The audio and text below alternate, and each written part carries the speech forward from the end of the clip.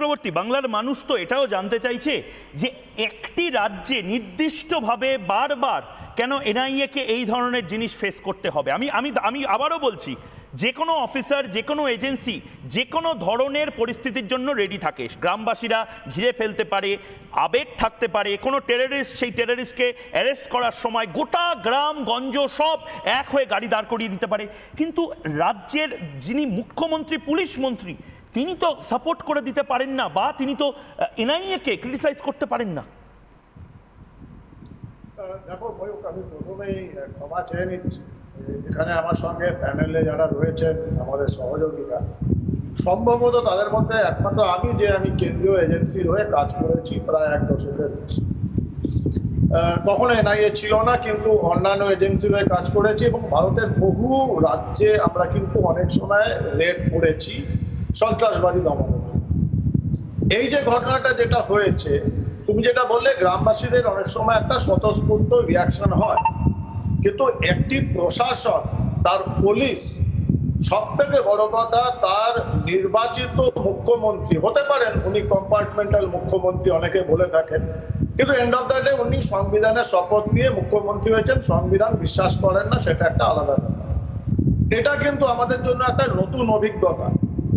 এবং আমি যেটা বলেছি যে ভাষায় উনি আক্রমণ করছেন ভারতের সব থেকে বড় প্রিমিয়ার ইনভেস্টিগেটিং এজেন্সি, যারা রাষ্ট্রীয় সুরক্ষার কাজ করে।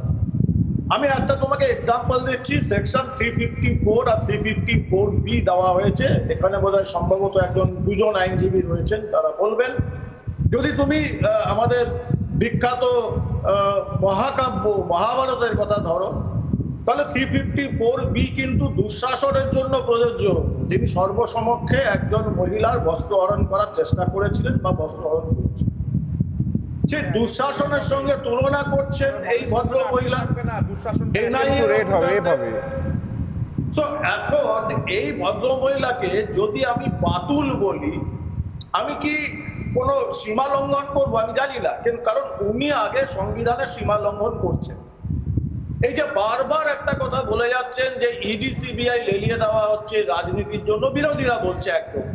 আমি একটা জাস্ট তথ্য দিই, গত 5 বছরে ইডির অফিসিয়াল ডিক্লারেশন পেয়ে যাবে, এটা সোশ্যাল মিডিয়াম কারণ নিউজ পেপার টাইমস অফ ইন্ডিয়ার আর্টিকেল। গত 5 বছরে ইডি যত রেড করেছে তার মধ্যে মাত্র 2.8% এমপি এবং এমএলএ, বিভিন্ন রাজনৈতিক দলে 2.8%। আমি 97% কিন্তু অসাধু ব্যবসায়ী থেকে শুরু করে বিভিন্ন অসাধু লোকজন যারা পিএমএলএ তে মানি লন্ডারিং এ। সো 2.8% কে দেখিয়ে দেওয়া হলো যে রাজনীতি করা হচ্ছে। আর এই মহিলা তো শুরু থেকে উনি বোধহয় ভাবছেন, উনি একবার খাগড়াগড়ে বলেছিলেন রয়ের ষড়যন্ত্র।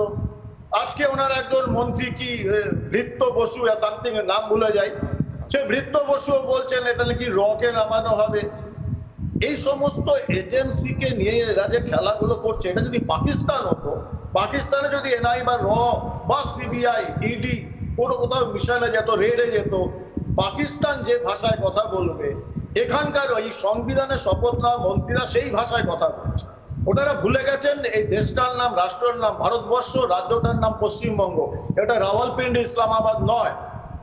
এবং এখানে যদি ভারতবর্ষের ভূখণ্ড থেকে কেটে নিয়ে আরেকটা পাক অকুপাইড কাশ্মীরের মতো অংশ করতে চান, স্বাধীন একটা রাষ্ট্র করতে চান, এই যে ওনার আকা যারা আছেন, এই লস্কর-ই তৈবা, আইসিস, আল কায়দা ইন্ডিয়া, ইন্ডিয়ান সাবকন্টিনেন্ট, তাদের মদতে উনি মূর্খের স্বর্গে বাস করছেন। একদম একদম। দীপাঞ্জন চক্রবর্তী, আমি আপনার কাছে যাব। আমি একবার পিসিআরকে বলবো আপনার সাথে একবার সংযোগ ঠিক করার জন্য। আমি তারই মাঝে একবার আমি নন্দিনীদির কাছে যেতে চাই। নন্দিনীদি, বারবার অভিযোগ ওঠে এই বাংলাতে, এবং এটা বিরোধীরাই বলেন, এটা এরকম নয়, পুলিশ তো পুলিশের কাজ করবে, কিন্তু পুলিশ আসলে কি পুলিশের কাজ করছে?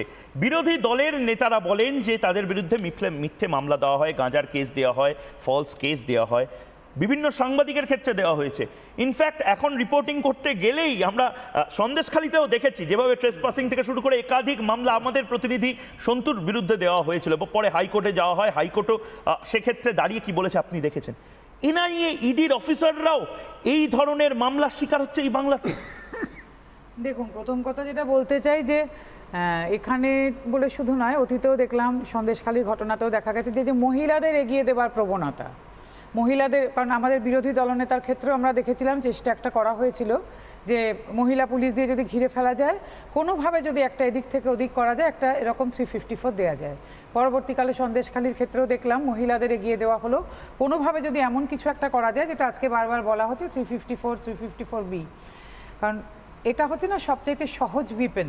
আমাদের দেশের আইনকে এমনভাবে তৈরি করা হয়েছে যেখানে মহিলাদের গায়ে সামান্য একটা ছোঁয়া লাগলেই তো এই জিনিস করা যায়, উল্টোটা তো করা যাবে না। এবং সেটা করতে গিয়ে আজকে কি হলো দেখুন, এমন একটা মানে ঘটনা জড়াতে জড়াতে এমন জায়গায় এলো, আজকে সব মাত্রা ছাড়িয়ে গেল। বলা হচ্ছে মহিলাদের দ্বারাই নাকি মহিলাদের শ্লীলতাহানি হয়ে গেল, মহিলাদের জামা কাপড়ে টান পড়লো। মানে বলতে বলতে আমরা মাত্রা ছাড়িয়ে গেলাম, বুঝতে পারলাম না কি বলছি। এক সময় তো আমি ধন্দে পড়ে গেলাম যে উনি কি বলতে চাইছিলেন মহিলাদের দ্বারা পুরুষের শ্লীলতাহানি হয়েছে, এবং কোথাও আশান্বিত হলাম যে তাহলে কি আমাদের আইন বদলাবার সময় এলো। কিন্তু সেটা করতে করতে আজকে আমরা কোথায় পৌঁছে গেলাম। কিন্তু মমতা বন্দ্যোপাধ্যায় বা তৃণমূল কংগ্রেস একেবারে ঠান্ডা মাথায় এই ক্যাম্পেইনটা চালাচ্ছে কেন? এনআইএ, ইডি, সিবিআই এর আমি একটা কথা আপনাদের বলতে চাই, এর আগেও কিন্তু এটা হয়েছে। আমার না আরেকটা প্রশ্ন মাঝে মাঝে যাচ্ছে, একটা হচ্ছে এই যে মহিলাদের ভাতা বাড়ানো হচ্ছে, সব হচ্ছে, মহিলারা কি কোথাও বুঝতে পারছেন? এগুলো করে আপনাদেরকে খানিকটা কিনে নেওয়ার চেষ্টা চলছে, আপনাদের কাজে লাগানো হচ্ছে। কিন্তু সন্দেশখালী প্রমাণ করে দিল যে আপনাদের কিন্তু যখন উদ্দেশ্যে ব্যবহার করা হলো, সেই আপনারা যখন এত বড় বিপদে পড়লেন, এত বড় অত্যাচারের গল্প সামনে এলো, তখন কিন্তু কাউকে আপনারা পেলেন না। কেউ কিন্তু আপনাদের সঙ্গে আজ পর্যন্ত সেখানে দেখা করতে গেলেন না, কেউ আপনাদের কাছে পাশে গিয়ে দাঁড়ালেন না কিন্তু এই শাসক দলের পক্ষ থেকে, কারণ মার খাবার ভয় পেলেন, অপমানিত ভাবলেন যে আপনারা গেলে যদি আপনাদেরকে ঘটনাটা স্বীকার করতে হয়, সেই ভয়ে গেলেন না। কাজে আপনারাও কিন্তু তৈরি থাকুন যে আজকে আপনাদেরকে যে লেলিয়ে দেওয়া হলো, বাংলা ভাষায় যাকে বলে সোজা কথায়, আপনারা কিন্তু আজকে এরকম কোনো ঘটনা সামনে এলে আর কিন্তু শাসক দলের কাউকে পাবেন না। আর একটা কথা খুব মাথায় আসছে, ধরুন আজকে যে ইডি, সিবিআই, এনআইএ, এরপরে হয়তো আইবি সব আছে, কারণ এনএসএর সর্বাধিনায়ককেও তো রাস্তা মানে দাগিয়ে দেওয়া হয়েছিল, তার মতন মানুষকেও। তো আমার একটা কথা না খুব মনে হয় যে এরপরে কি এটাও একটা বড় প্ল্যান যে এর ফলে দুর্নীতি দমনে আর কেউ আসবেন না, মানে ক্রমশ ওনাদেরও তো মনে হতে পারে যে এরপর আমরা যাব না। কখনো তো ওনারাও বিদ্রোহ করতে পারেন যে পশ্চিমবঙ্গে এরকম করতে গেলেই মারধর খেতে হচ্ছে, এরকম শ্লীলতাহানির কেস আসছে, এরকম আমরা যাব না। মানে যারা এর মধ্যে পুরুষ আছেন তারা বলেন আমরা করবো না, কারণ মেয়েরা তো সবসময় গিয়ে এই লড়াইটা করতে পারবেন না, তারা দুর্নীতি দমনে আসতে চাইলেন না। তাহলে কি এটা দুষ্কৃতীদের মুক্তাঞ্চল বানানোর চেষ্টা চলছে?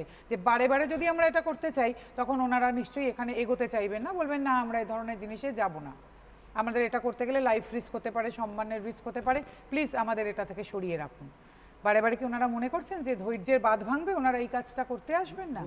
উল্টে সন্দেশখালীর প্রসঙ্গে রাজ্যের মুখ্যমন্ত্রী হেমন্তাবাদ সভাতে বলেছেন জমি জমা সংক্রান্ত কোনো সমস্যা ছিল, আমরা ওটা মিটিয়ে দিয়েছি কয়েকজনকে অ্যারেস্ট করে।